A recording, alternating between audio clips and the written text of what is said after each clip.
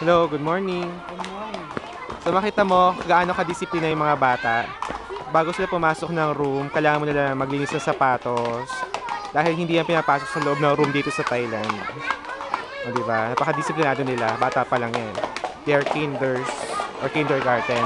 Tapos, meron silang mga shelves dito kung saan nila nilalagay sapatos nila. So, by number na yon. By number siya. Kaya alam nila kung saan nakapwesto yun sa kanila. Di ba? Yan. Kanya-kanya silang lagay.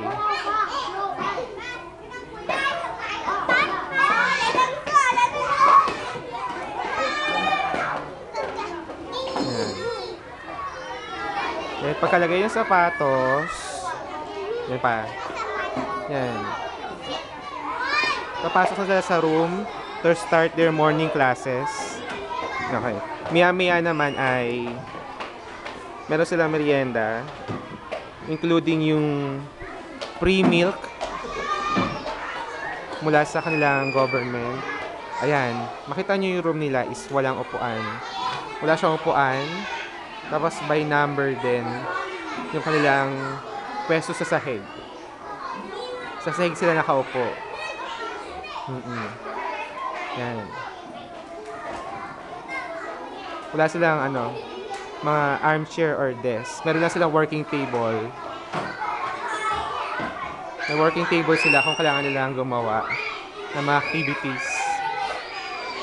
Yan. But most of the time, sa sahig sila nakaupo. Kaya bawal ipasok sa sapatos. Kasi marurumihan yung room.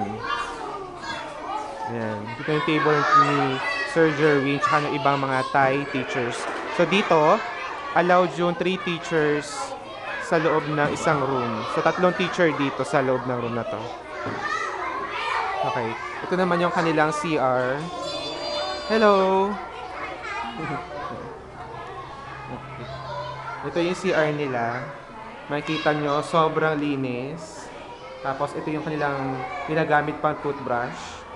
So by number siya. So alam ng mga estudyante kung saan yung sa kanila dyan. Ayan. So sobrang linis ng CR nila. Pwede ka rito matulog.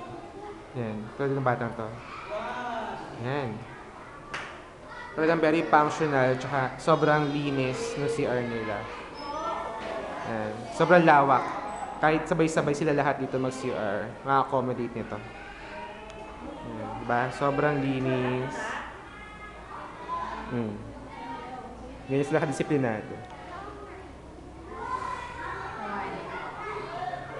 Yan.